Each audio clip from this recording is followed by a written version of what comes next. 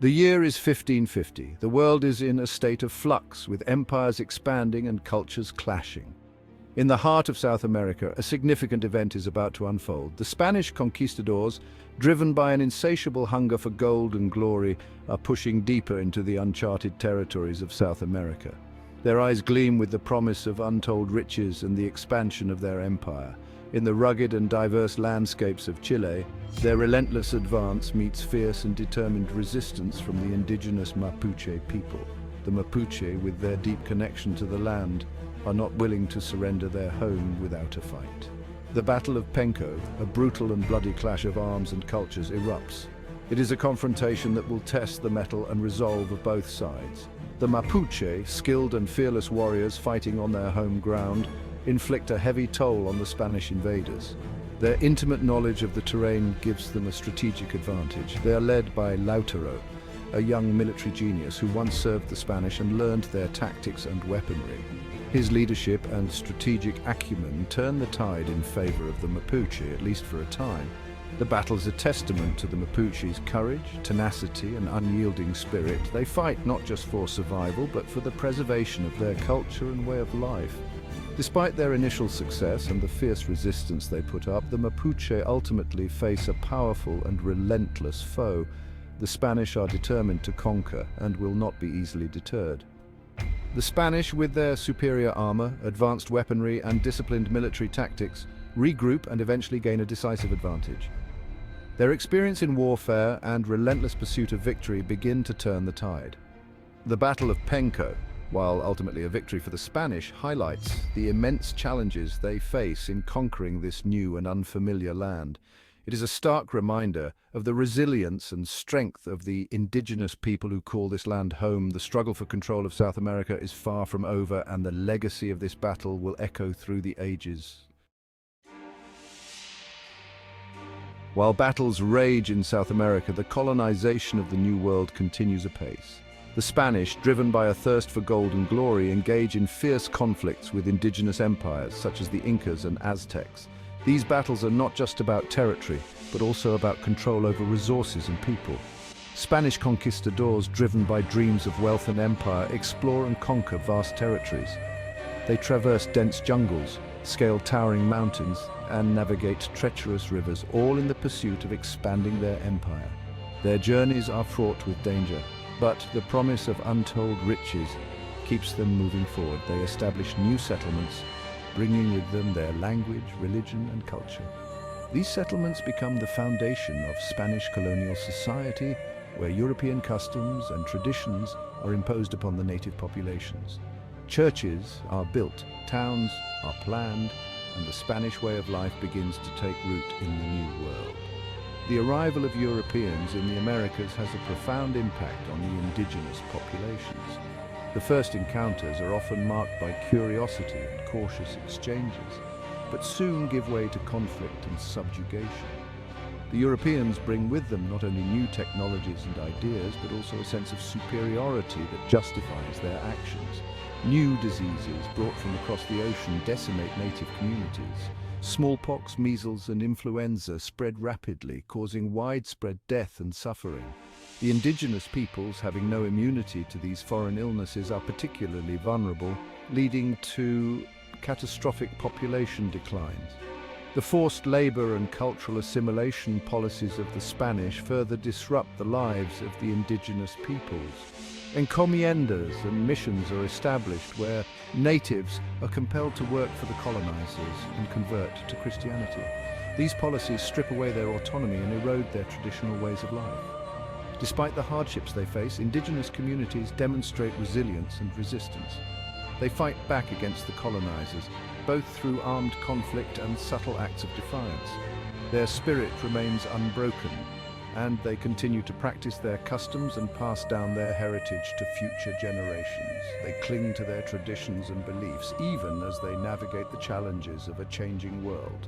Rituals, ceremonies, and daily practices become acts of resistance, preserving their identity in the face of overwhelming odds. Their cultural resilience is a testament to their strength and determination. The clash of cultures in the New World is a complex and often tragic chapter in human history. It is a story of conquest and resistance, of loss and survival. The interactions between Europeans and indigenous peoples shaped the future of the continent, leaving a legacy that continues to influence the Americas to this day.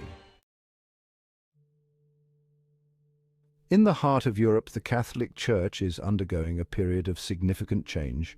The mid-16th century is a time of both turmoil and transformation for the Church as it faces internal challenges and external pressures. The year 1550 sees the election of Pope Julius III, a shrewd diplomat and patron of the arts. His election comes at a critical juncture as the Church seeks to navigate the complexities of the Protestant Reformation and the need for internal reform. Julius III's papacy is marked by attempts to reform the Church from within. He is determined to address the issues that have plagued the Church, including corruption and the need for doctrinal clarity. He convenes the Council of Trent, a series of meetings aimed at addressing the challenges posed by the Protestant Reformation. The Council of Trent becomes a cornerstone of his papacy as it seeks to define Catholic doctrine and implement necessary reforms. The Council grapples with issues of doctrine, corruption, and the role of the Church in an increasingly secular world. And these debates are intense and often contentious, reflecting the deep divisions within the Church and the broader society. Julius III's papacy, though relatively short, leaves a lasting mark on the Catholic Church. His efforts to convene the Council of Trent and push for reform demonstrate his commitment to revitalizing the Church. His efforts to revitalize the Church and counter the Protestant Reformation shape the religious landscape of Europe for centuries to come. The reforms initiated during his papacy lay the groundwork for the Counter-Reformation, a period of Catholic revival and consolidation. Pope Julius III's legacy is one of resilience and renewal. His vision for a reformed and revitalized Church continues to influence Catholicism, ensuring that his impact is felt long after his papacy ends. As we look back on his papacy, we see a leader who was not afraid to confront the challenges of his time and whose efforts helped to shape the future of the Catholic Church. The year 1550 is a time of great intellectual and artistic ferment. The Renaissance, with its emphasis on humanism and classical learning, continues to flourish.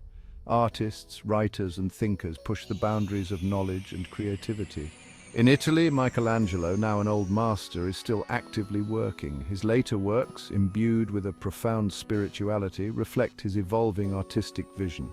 In other parts of Europe, new artistic movements, such as Mannerism, emerge, challenging the conventions of the Renaissance. Section 5, Michelangelo Florio, A Bridge Between Cultures.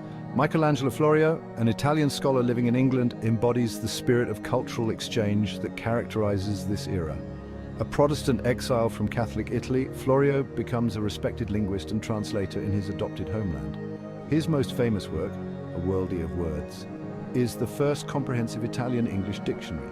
This groundbreaking work helps to break down language barriers and foster greater understanding between England and Italy. Florio's life and work highlight the interconnectedness of the Renaissance world. Ideas, knowledge, and artistic styles transcend national boundaries, enriching the cultural landscape of Europe. Section 6, The Power of the Printed Word, publications of 1550. The printing press, invented just a century earlier, is transforming the way information is disseminated. Books, pamphlets, and broadsides become more widely available, fueling literacy and spreading new ideas across Europe. In 1550, important works on a wide range of subjects are published. These include scientific treatises, religious texts, and literary masterpieces. The increased availability of printed materials contributes to the intellectual ferment of the Renaissance. Section 7.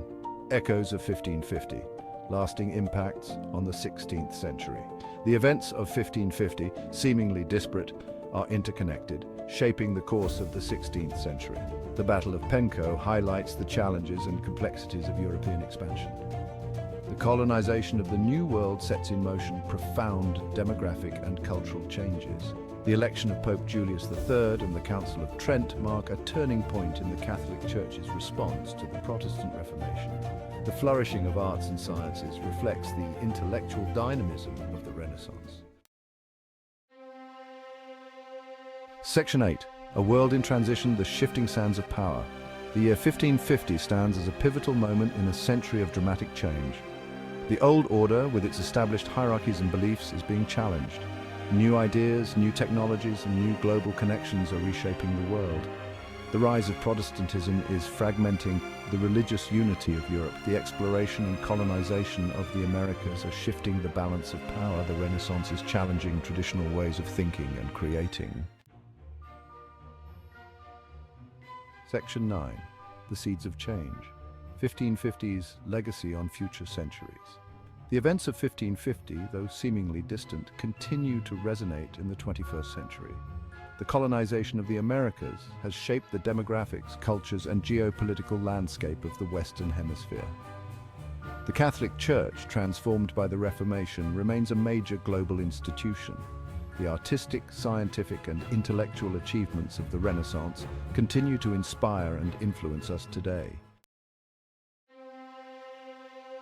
Section 10 Conclusion, a year etched in history.